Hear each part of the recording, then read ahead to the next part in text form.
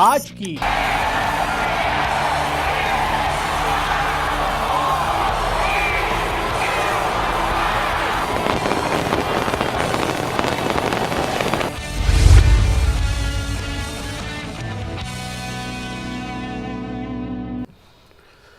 नाज़रीन आदाब, न्यूज़ 18 उर्दू में आपका इस्तकबाल है। मैं हूं मोहम्मद विसाल आज़म और आप देख रहे हैं खबर खास। खबर सबसे ख़ास यही है कि जिस तरह से वक्त बदलता रहता है, सूरज और चांद अपने मसाफत तय करते रहते हैं और इंसान भी एक मंजिल से दूसरे, एक पड़ाव से दूसरे पड़ाव तक जाता रहता है। खबर यह है कि हम 2021 में दाखिल हो चुके हैं, दाखिल होने वाले हैं। हम ऐसा इसलिए कह रहे हैं कि इस दुनिया में कई ऐसे ममालिक हैं जहां पर यह तब्दीली रोनुमा हो चुकी है, लेकिन हमारे मुल्क में और दुनिया के ऐसे इन तमाम मुल्कों में थोड़ा वक्त का फासला रहता है। लेकिन अहम यही है कि 2020 की तमाम तर तलखियां, लेकिन उसकी कुछ ऐसी अच्छाइयां भी जो हमारे साथ रहीं, लेकिन ज़्यादातर ऐसे लम्हात रहे, ऐसे वाक़यात रहे जिन्होंने 2020 को तारीख़ के ऐसे बाब में उसका दाखिला कर दिया है जो बहुत ज़्यादा तल्ख़ यादों के लिए याद रहेगा या जाना जाएगा। लेकिन बहरहाल कहते हैं ना कि उम्मीद पर दुनिया कायम है, और कहा तो यह भी जाता है कि ना उम्मीदी कुफ्र है। तो उम्मीद का दामन थामते हुए, वक्त के साथों के साथ आगे बढ़ते हुए हम एक ऐसे दौर में पहुंच रहे हैं जहां से शमसी कैलेंडर के मुताबिक एक नया साल शुरू हो रहा है। तो अब सवाल ये पैदा होता है कि साल का बदलना या दिन रात का यूं बदलना, महीनों का साल में तब्दील होना, इससे इंसानी लगाव क्या है?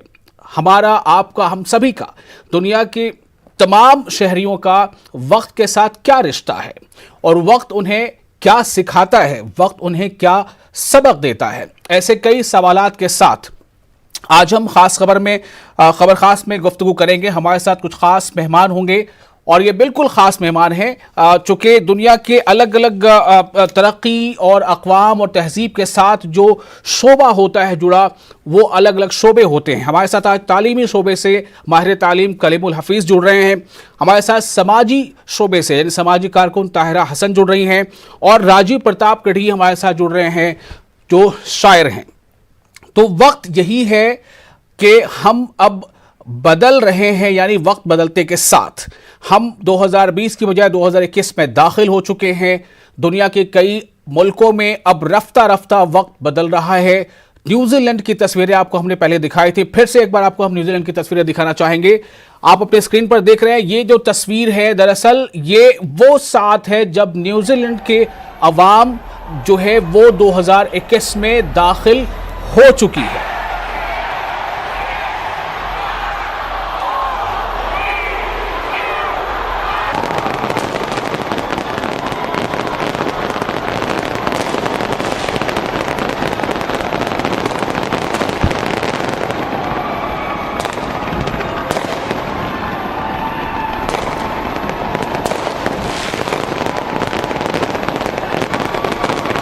तो ये तस्वीरें जो आप इस वक्त देख रहे हैं न्यूजीलैंड की हैं। न्यूजीलैंड और दुनिया के बाकी जो मुल्क हैं उनमें वक्त का इतना फासला है कि पहले न्यूजीलैंड इस तब्दीली साल का गवाह बनता है, न्यूजीलैंड के अवाम बनते हैं, फिर उसके बाद एक के बाद एक दूसरे ममालिक के लोग। हम आज अपने मेहमानों का सबसे पहले इस्तकबाल करेंगे। हम आपको बता दें कि फिर से एक बार हमारे साथ जो ख़ास मेहमान हैं उनका हम बारी बारी से तारुफ कराते हैं। हमारे साथ ताहिरा हसन हैं, समाजी कारकुन, हमारे साथ कलीमुल हफ़ीज़ हैं, माहिर तालीम, और राजीव प्रताप गढ़ी हैं, शायर। आप सभी का बहुत बहुत इस्तकबाल है। सबसे पहले मैं आप तीनों अशख़ास से बारी बारी से ये जानना चाहूँगा कि तब्दीली वक्त का, एक साल से दूसरे साल में जाने का, और ऐसा भी नहीं है कि कोई एक शमसी कैलेंडर ही फॉलो करते हैं दुनिया के तमाम अक़वाम या तहज़ीब, बल्कि इसके साथ साथ कई ऐसे कैलेंडर हैं या कई ऐसे जो तहजीबें हैं, अक़वाम हैं जिनका अपना अलग एक कैलेंडर है, या जो अलग कमरी तारीख़ के हिसाब से कोई जो है नया साल की शुरुआत मानते हैं, कोई कहीं और। लेकिन मैं सबसे पहले राजीव प्रताप गढ़ी साहब आपके पास आऊँगा ये जानने के लिए कि आपके मन में, आपके दिल में, आपके दिमाग में इस बदलते वक्त को, यानी जब हम एक साल से दूसरे साल में जा रहे होते हैं, इसको लेकर क्या कुछ आता है?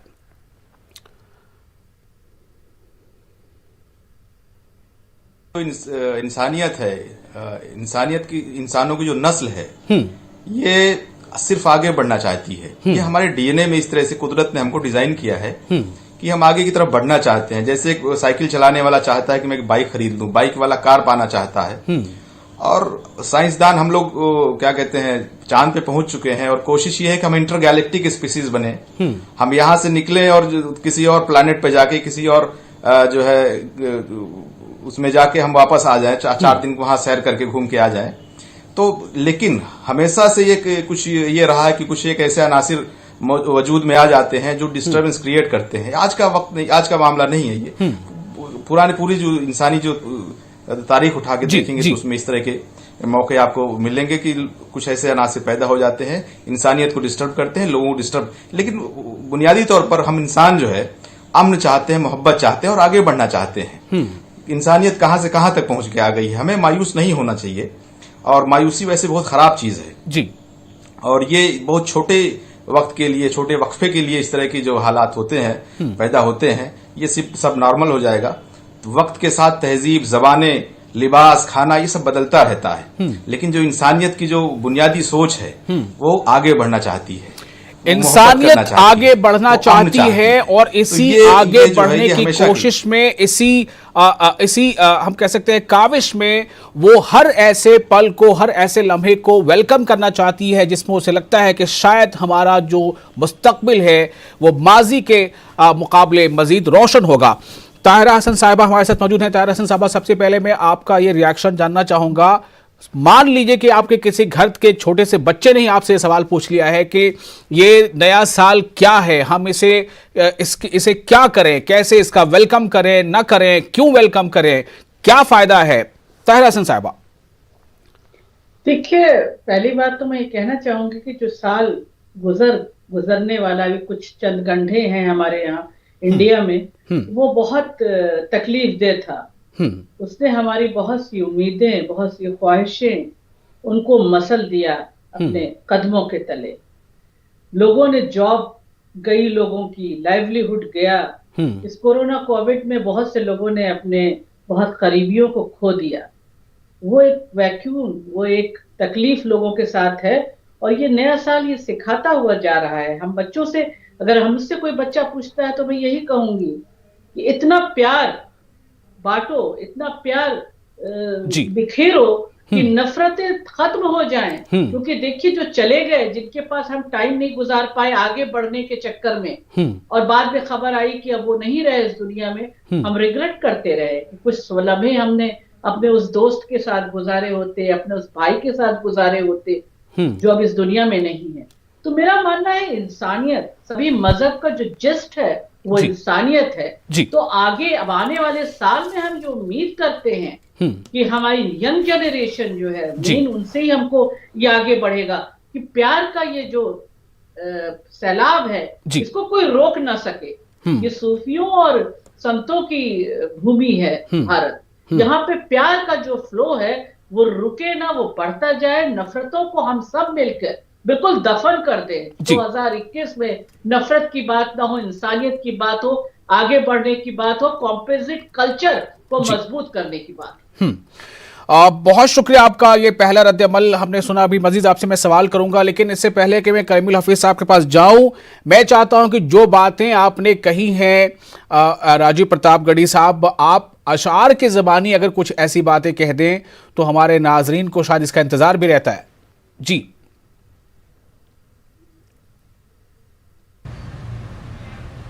हूं कि ओढ़ के अमनो मोहब्बत की कबा आएगी, ओढ़ के अमनो मोहब्बत की कबा आएगी, रोशनी इल्म की सब लेके दवा आएगी।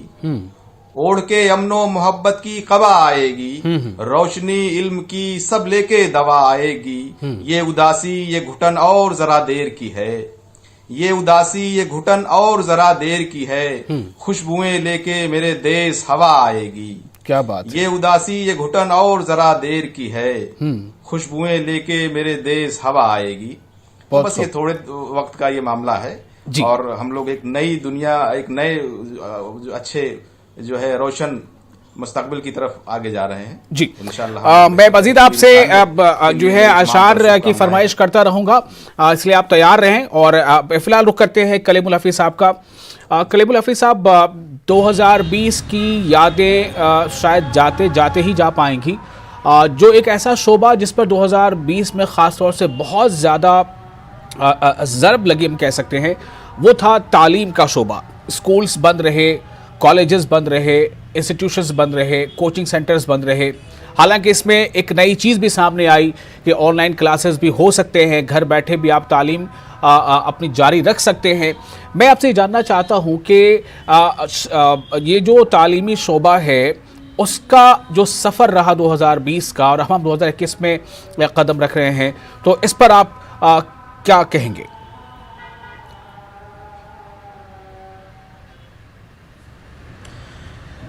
बहुत शुक्रिया विशाल साहब। सबसे पहले तो नए साल की आमद पर आपको और आपके तमाम नाजरीन को मुबारकबाद।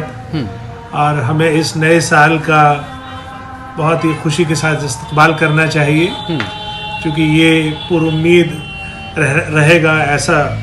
ऐसी मेरी उम्मीद है कि बहुत खुशहाल रहेगा ये साल। रही बात इस साल के आने की, तो जैसा कि हम सब जानते हैं कि ये पूरी कायनात में हर जर्रा गर्दिश कर रहा है जी। और गर्दिश के साथ, उसी गर्दिश के साथ दिन और रात आते हैं, उसी के साथ सुबह शाम, महीने और साल बदल जाते हैं जी। इन्हीं औकात के बदलने को इंसानियत ने अलग अलग नाम दिए। किसी ने शमसी कैलेंडर के तहत आज वो साल तब्दील होगा रात के 12 बजे, और कमरी में वो मुहर्रम में तब्दील होता है। तो ये एक तरह से एक मौका मिलता है हमें अपने पूरे साल की कारगुजारी के बारे में सोचने का, एहतसाब करने का, मुहस्बा करने का कि आखिर हमने पूरे साल में क्या खोया, क्या पाया, हमने कैसे ये पूरा साल गुजारा, कितने लोगों के हम काम आए जी, किसके कोई हमारे कितने दुखों में शरीक रहा और हम किसके शरीक रहे। इसी तरह से आइंदा आने वाले साल के लिए ये प्लानिंग का मौका देता है जी कि आखिर आने वाला साल कैसा रहेगा, उसके लिए हमें क्या क्या तैयारियां करनी है, क्या प्लानिंग करनी है, इनफरादी तौर पे भी, इज्तिमाई तौर पे भी, माशरे के तौर पे भी, और किसी अगर हम तंजीम में हैं तंजीम के एतबार से भी।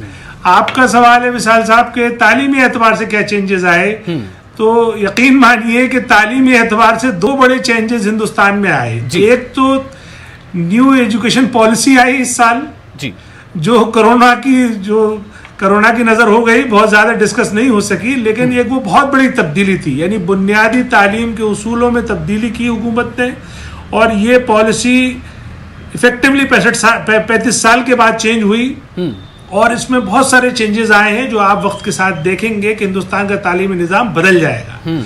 दूसरी जो चेंजेस आए वो आए कोरोना महामारी, कोरोना पेंडेमिक की वजह से। उसने बिल्कुल जो मेथोडोलॉजी थी, जो एजुकेशन इम्पार्टिंग सिस्टम था, उसको बिल्कुल बदल दिया जी। स्कूल बंद हो गए, टीचर्स घर बैठ गए, बच्चे घर बैठ गए। यानी उन बच्चों की जो पूरी एक फितरी एजुकेशन थी, जो जाते थे और स्कूल के एनवायरनमेंट से सीखते थे, वो बिल्कुल बंद हो गई। वो अपने घरों में कैद हो गए, टीचर्स भी कैद हो गए, और वो फिर एक टेक्नोलॉजी के पे आ गए। ये तो इसका नेगेटिव पहलू रहा कि बहुत सारी चीजों से महरूम रहे बच्चे भी और टीचर्स भी और स्कूल का पूरा और अदर स्टाफ भी जी। लेकिन एक मुस्बत पहलू रहा कि एक नई टेक्नोलॉजी से, एक नई सिस्टम से पूरा हिंदुस्तान, पूरा एजुकेशन सिस्टम आशना हो गया। आप यकीन मानिए कि जो गांव में जहां टेक्नोलॉजी का कोई अता पता नहीं था, वहां पे भी बच्चे ऑनलाइन एजुकेशन लेने लगे, वहां के भी टीचर ऑनलाइन पढ़ाने लगे, और वक्त की उनको अहमियत का एहसास हुआ, और इस बात का भी एहसास हुआ कि वो आखिर क्या क्या कोताही करते थे जब वो नॉर्मल एजुकेशन सिस्टम में थे। क्योंकि पेंडेमिक ने इतना वक्त दिया इंसान को, खासतौर से जो टीचर्स को और पेरेंट को, कि वो अपने बच्चों के बारे में सोच सके, और उन्होंने नए नए एक्सपेरिमेंट किए। तो ये तालीम के एतबार से तो वाकई बहुत ही मजेदार साल रहा। मैं तो मजेदार कहूंगा। अलबत्ता इस साल में जो हमने अपनों को खोया, जी। उसका मलाल है। और वो कुछ लोग ऐसे चले गए जो उनका अभी वक्त नहीं था, उनको भी दुनिया में उसका और अभी उनसे इस्तेफादा उठाती दुनिया, लेकिन इस कोरोना के चलते वो लोग चले गए। ये एक साल का नेगेटिव पहलू रहा। बिल्कुल। तो तालीमी एतबार से कैसा रहा सफ़र, क्या तब्दीलियाँ आई, इस पर हमने अभी बहुत अच्छी बातें आपसे सुनी। मैं एक बार फिर से रुख करूँगा ताहिरा हसन साहबा का। ताहिरा हसन साहबा, 2020 में जो है हिंदुस्तान में ख़ास तौर से समाजी एतबार पर बहुत ज़्यादा उथल पुथल देखी गई। उसमें हो सकता है कि सियासत कार फरमा रही हो, लेकिन मैं आपसे ये जानना चाहता हूँ कि जिस तरह से 2-3 हिंदुस्तान में ख़ास तौर से हमने बड़ी बड़ी तहरीकें देखी, जो CA को लेकर एक तहरीक चली, उसमें एक नया जो है तहरीक की शक्ल देखने में आई, फिर कोरोना बीच में आ गया, फिर अभी जो किसान हैं वो लगातार तहरीक कर रहे हैं। और वहीं ये भी देखा जा रहा है कि जिन हुकूमतों से इक़्तिदार में जो लोग हैं उनसे जो उम्मीदें आमतौर से आवाम को रहती हैं, आवाम की ज़ुबानी बात करें तो कहीं पर ऐसा लगता है कि वो उम्मीदें उस तरह पूरी नहीं हो पा रही जैसी होनी चाहिए। मैं आपसे जानना चाहता हूँ कि जो समाजी ताना बाना जो बिगड़ रहा है, कभी हालिया 1-2 रोज़ पहले की खबर है जो मध्य प्रदेश में कई ऐसे मामला सामने आ गए, तो क्या हम उम्मीद कर सकते हैं कि 2020 के बाद अगला साल, ये जो साल अभी हम जिसमें दाखिल हो चुके हैं, इसमें शायद एक नई रोशनी आए? देखिए, उम्मीद पे दुनिया कायम है। मैं उम्मीद करती हूँ, मैंने पहले भी अपने स्टेटमेंट में यही बात कही थी कि हम मिल के नफरतों का जो बाजार है उसको तबाह करना, उसको खत्म करना, उस पर असॉल्ट करना बहुत जरूरी है, क्योंकि हम सबसे बड़ा लोकतंत्र है दुनिया में। और जब ये लोकतंत्र बना था, तैयार हुआ आजादी के बाद, तो लोग सोचते थे, फॉरेनर्स कहते थे कैसे चलेगा, यहाँ इतने इलिटरेट लोग हैं। लेकिन ये हम कंपोजिट कल्चर जो हमारे बाबा साहब भीमराव अंबेडकर ने दिया संविधान में, वही लेके आगे हमें चला। तो मुझे लगता है कि इसके लिए हमें देखना होगा कि लोकतंत्र जो है वो स्ट्रेंथन हो कैसे, और हमारा कॉन्स्टिट्यूशन कैसे अपहोल्ड हो, जो सबसे ऊपर है, सर्वोपरि है। और उसमें जाहिर है कि ये डेमोक्रेसी सिर्फ आपको वोट देने का हक नहीं देती, ये आपको हक देती है कि डिसेंट का भी देती है। अगर आप किसी चीज से इत्तेफाक नहीं करते हैं, उसका भी हक देती है। और किसान देखिए अन्नदाता है, और ये किसान का मसला सिर्फ किसान का नहीं, मैं बार बार कहती हूँ, ये किसान का मसला आपका भी है जो स्टूडियो में बैठे हैं, हमारा भी है, क्योंकि पूरे देश का सर्वाइवल उन्हीं के ऊपर है। हर आदमी को रोटी खाना है ना। कितना आप तरक्की कर जाएं, कितना आगे बढ़ जाएं, प्रोग्रेस कर जाएं, खाएंगे आप रोटी, न्यूट्रिशन आपका वहीं से आता है। तो उनका मसला भी बहुत अहम मसला है। मुझे लगता है कि इस पर बहुत अहमियत से इस बात को सुनना चाहिए। अभी हमारे साथी ने कहा कि एजुकेशन के बारे में, तो मैं आपसे कहूं कि एजुकेशन जो हमारा हाशिया का समाज है, देखिए हाशिया के समाज को तो भूल ही जाते हैं, जो एक बड़ा जंग है। हाशिया का समाज जो है, इस ऑनलाइन एजुकेशन में जहां स्मार्टफोन की जरूरत थी, अगर 3 बच्चे हैं तो एक स्मार्टफोन अगर पेरेंट्स ने कहीं से मुहैया करा लिया, अलग अलग क्लासेस हो रहे हैं, तो कहां से करें। और जो गांव में हमारी डोमेस्टिक वर्कर्स जो घरों में काम करती हैं, मजबूरी से लॉकडाउन में गांव जाना पड़ा अपने, गांव से आए हुए लोग हैं जो शहरों में जुगड़ झोपड़ियों में रह के हमारे घरों में काम करते हैं, जिससे कि हम बाहर काम कर सकें। तो वो जब वापस गए अपने गांव में, तो वहां इंटरनेट की इतनी अच्छी सहूलत नहीं है, तो ये कहना गलत है। और दूसरी बात मैं कहती हूँ कि 2021 में हम ये उम्मीद करते हैं कॉमन एजुकेशन पॉलिसी आए, कोठारी कमीशन का जो रिकमेंडेशंस है, जो 1968 से पड़ी हुई है गर्त में, उनको लाया जाए, सबको एक एजुकेशन दे। यही खूबसूरती है लोकतंत्र की। एक चपरासी का बच्चा और एक डीएम का बच्चा एक साथ पढ़े, जिससे हैव नॉट की दूरी दूर हो, खूबसूरत समाज बने, खूबसूरत भारत बने। नहीं, मुझे नहीं लगता कि इस बात से किसी को इनकार है। हम इससे पहले जो बातचीत कर रहे थे उससे सिर्फ ये पता चला कि टेक्नोलॉजी का भी बहुत ज़्यादा अमल दखल है और इसे भी हमें हम आहंग होना चाहिए। अब एक और सवाल आपसे करना चाहता हूँ कि समाज में हम आहंगी, अगर मतलब तालीम भी बहुत ज़रूरी है। तालीम अगर होगा तो हम शायद बेहतर समझ पाएंगे कि पीस कितना अहम है, समाज में हम आहंगी कितना ज़रूरी है, अमन व शांति कितना ज़रूरी है, तभी हम तरक्की के मनाजिल तय कर सकते हैं। लेकिन क्या मैं ये जानना चाह रहा हूँ आपसे कि सिर्फ ये बातें कहे जाने भर से ही काम चलेगा, या इसके अमली इक़दामात भी करने होंगे, और ये सबकी जिम्मेदारी है, हम सबकी? जी बिल्कुल। जी बिल्कुल, मैंने कहा ना कि देखिए, मैं सबसे ज्यादा अहमियत देती हूँ, बहुत इंपॉर्टेंस देती हूँ रंगनाथ कमीशन के रिकमेंडेशंस को, जिन्होंने बहुत गहन अध्ययन के बाद किया था। उन्होंने कहा था वो डेंस मुस्लिम पॉपुलेटेड एरियाज जहां मेहनत कश जरदोजी, चिकन वर्कर और ये बुनकर्स हैं, उनके यहाँ नवोदय के तर्ज पर स्कूल खोले जाए। नवोदय के तर्ज पर यानी क्वालिटी ऑफ एजुकेशन दीजिए। ऐसा ना हो कि रिक्शा पुलर का बच्चा निकले तो रिक्शा पुलर ही बने, वहां क्वालिटी ऑफ एजुकेशन ना। और दूसरी बात जो उन्होंने कही थी कि इंसेंटिव दीजिए पेरेंट्स को। जाहिर है वो बच्चे अपने माँ बाप के साथ बैठ के जरदोजी का काम या चिकन का काम या बुनकरी का काम करते हैं, तब रोटी के साथ दाल मैसर होती है। तो आप उनको इंसेंटिव दीजिए जिससे वो बच्चों को पढ़ने भेजे। ये खूबसूरत बात थी। 2009 की रिकमेंडेशन आज तक इम्प्लीमेंट नहीं हुई, तो हम तो यही चाहेंगे कि इम्प्लीमेंट किया जाए, एजुकेशन सबको मिले। मैंने जैसे पहले भी कहा, एजुकेशन मिलेगा तब उन्हें ये भी पता चलेगा, जो हमारा समाज है हाशिए का, उसे पता चलेगा क्या क्या पॉलिसीज आई हैं, सरकार की तरफ से क्या पॉलिसीज उनके लिए हैं, वो किस पॉलिसीज को हासिल कर सकते हैं, कैसे मतलब एजुकेशन एक बहुत अहम जरिया है, एक ज़ेना है तरक्की की मनाजिल तय करने का। Very important. जी राजीव प्रताप गढ़ी साहब, मैं आपके पास आ रहा हूं। अभी माशरे में बहुत सारे ऐसी चीजें आ रही हैं नीतियों के जरिए, कवानीन के जरिए, जो समाजी दूरी को बढ़ा रही हैं। मोहब्बत पर भी सियासत होने लगी है, अब उसे भी अलग अलग तरह का मतलब नाम दिया जाने लगा है। आप समझ रहे हैं मेरी बात को। मेरा सवाल ये है कि ऐसे में शायरों की, अदीबों की जिम्मेदारी कितनी बढ़ जाती है कि मुल्क में अमन व शांति हो और हम तरक्की के मनाजिल हर साल तय करते चले जाएं।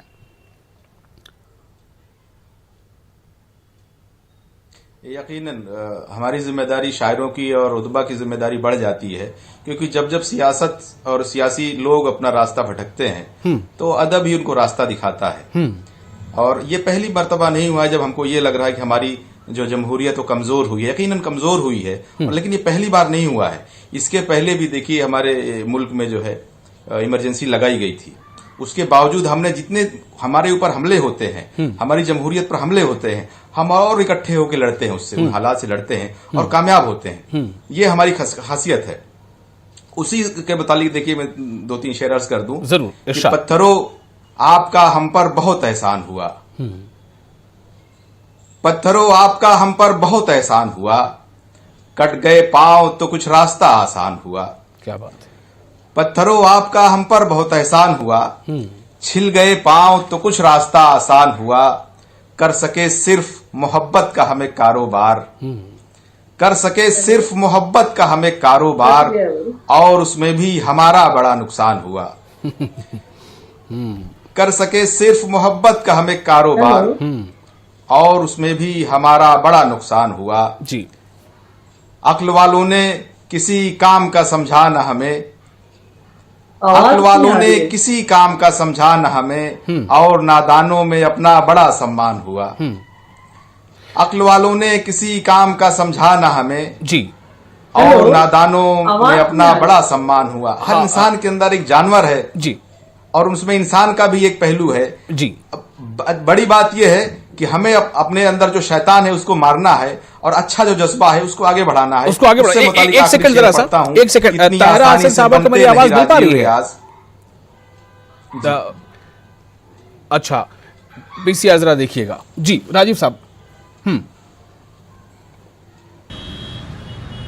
जी मैं ये अर्ज कर रहा था जी हाँ कि हाँ, ये शेर अर्ज कर रहा था कि अक्ल वालों ने किसी काम का समझा न हमें, और नादानों में अपना बड़ा सम्मान हुआ। इतनी आसानी से बनते नहीं राजीव रियाज, इतनी आसानी से बनते नहीं राजीव रियाज, जानवर मारा है खुद में तब इंसान हुआ। क्या बात। इतनी आसानी से बनते नहीं राजीव रियाज, जानवर मारा है खुद में तब इंसान हुआ। तो हमारे अंदर जो जानवर है उसको हमें जो है दबाना है, उसको मारना है, और एक जो इंसानियत का जज्बा है उसको जो है हमें आगे बढ़ाना है, उसको मजबूत करना है, उसे उभारना है, मजबूत करना है। तो एक और आप जो है अपने अपनी कोई ऐसी नज़म या गजल तैयार रखिएगा, मैं फिर से आपके पास आऊंगा। ख़त्म आपके उस अशार से ही होंगे। कलीमुल हफीज़ साहब, मैं आपके पास आ रहा हूँ। आपने तमाम बातें सुनी भी अभी हैं, सबसे बड़ा जो मसला दरपेश है इस वक्त ख़ासतौर से हमारे मुल्क में वो है समाजी हम आहंगी का। चूँकि वो ऐसा लग रहा है कि उसे तेज़ी से वो बिगड़ता जा रहा है, ऐसा लग रहा है, ऐसा महसूस किया जा रहा है। क्या उसे रोकने की जो फोर्सेस हैं उसके ख़िलाफ़ जो एक ताकत उभरनी चाहिए, क्या उसमें जो समाज की जिम्मेदारी है, समाज के ज़िम्मेदार लोगों की जो अपना कंट्रीब्यूशन है उसमें कुछ कमी नज़र आ रही है आपको?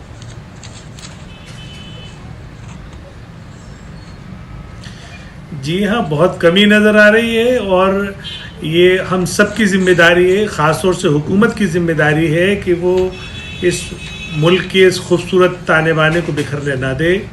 जिस तरह से 2020 में मुल्क की जो हम आहंगी या भाईचारे की जो रिवायत थी वो तार तार हुई और कई मौक़ों पे हमने देखा कि मुल्क का आवाम परेशान रहा।